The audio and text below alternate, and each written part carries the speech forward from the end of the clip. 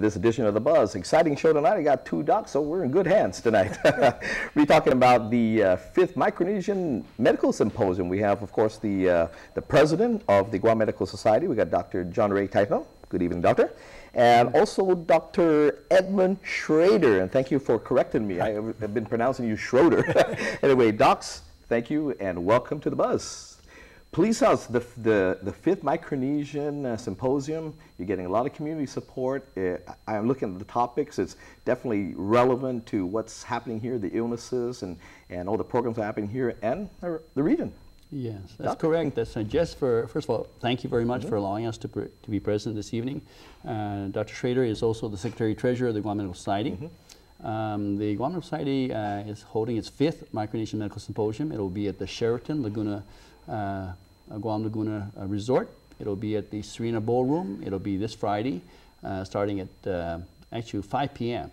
It's interesting because the symposium actually is from 6 to 9 p.m. But this year we're having a special ceremony, if you will. The ceremony will be an in memoriam ceremony honoring actually 12 physicians who have passed away and have dedicated decades of their life to the service of the people of Community Guam. And we're also going to be honoring two Guam Medical Society Lifetime Achievement Awards, and namely Dr. Kwang Ming Chen, who's a neurologist, been practicing in Guam for probably 40 years, and Dr. Pablo S. Guzman, who's a medical oncologist, has been working on Guam again for about 30, 40 years. They both certainly deserve this Lifetime Achievement Award. No, absolutely. That, you know, as I'm looking at, you're starting off, of course, the symposium with the memorial basically service and remembering doctors that, and you know, a couple of these doctors were my neighbors. I've worked with them closely, and we know them. They, you know, grew up. They were our doctors, and they took care of us. And so now they're in a better place, and you know, they've created a medical community that we have today, and you guys have taken over. Exactly. We have a debt of gratitude. We owe a debt of gratitude to the physicians that have come before us. Definitely. They've serviced the people of Guam, and as a result of their service as well, they've raised the standard of care, providing more services now, and I think they would be surprised as to what we're doing now in Guam. So we do owe a debt of gratitude, if you will, to those physicians. You know, docs, I mean, I'm reading at all the topics that are going to be covered, and it's great. You know, we just hope and pray that one day we put you guys out of business. There's no more illnesses, but that's not the reality. And the reality is that as much as we have advances in medicine, there are advances as well in again the illnesses that we have, not just in Guam, in the region and worldwide. Please tell us again the genesis of this symposium, and of course the necessity, and of course you're bringing continuing education for those in attendance in the medical field as well, right? Dr. Schrader? Let me address one part of it. In a way, our goal this time is to help put ourselves out of business. There we go.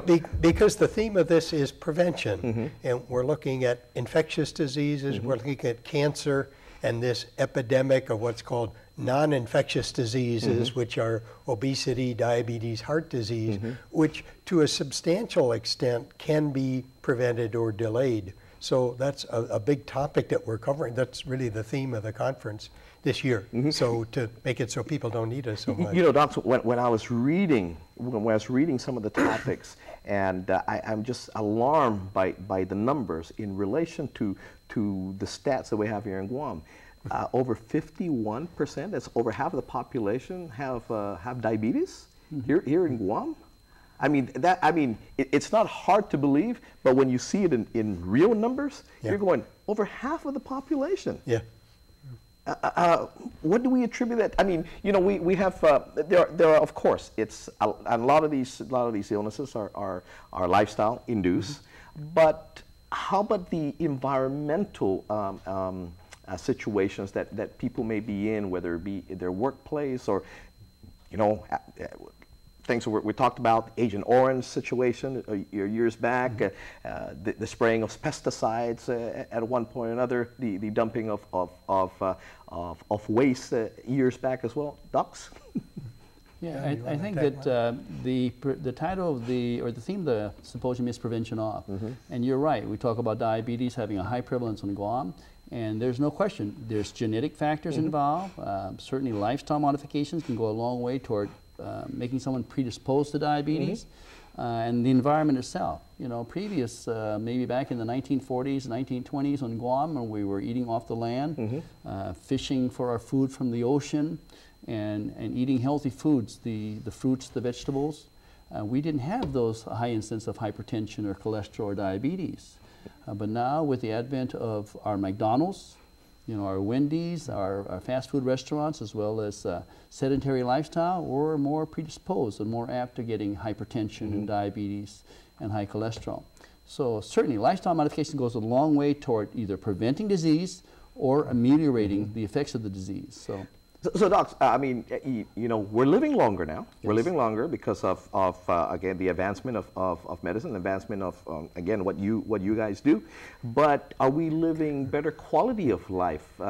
Basically, is, you know, I mean, you're living longer, but if the last maybe 10 years of your life are really going from, you know, from your bed to a clinic to a dialysis center and all that, yes, you're stretching out, you're living longer, but well, how about the quality? Well, let me jump in there first of all, because with the massive epidemic of obesity and chronic diseases on the mainland, we may be the first generation where our children will not outlive us in terms of longevity. So we may not even be living longer, just because of the drastic increases in these chronic diseases. But I think a reasonable goal is, particularly with lifestyle, to keep the years you have good and to keep going at full bore up as long as you can. And Now, docs, let me ask you the reality, because the reality is this is, you know, to quote a presidential candidate today, it says, President Bush was a different candidate. That was a different time. I'm a different candidate. I'm a different time.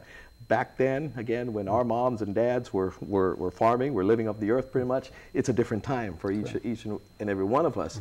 Is it reality? Can we really go back to a quasi our mom and dad, grandmother and grandfather type, again, with the lifestyle we have, these smartphones, with, you know, I speak for myself, I have a smartphone, but I'm a dumb user, you know? I mean, so all these things that are smarter than us, that make life more convenient for us. How realistic is it, again, to really live off the earth?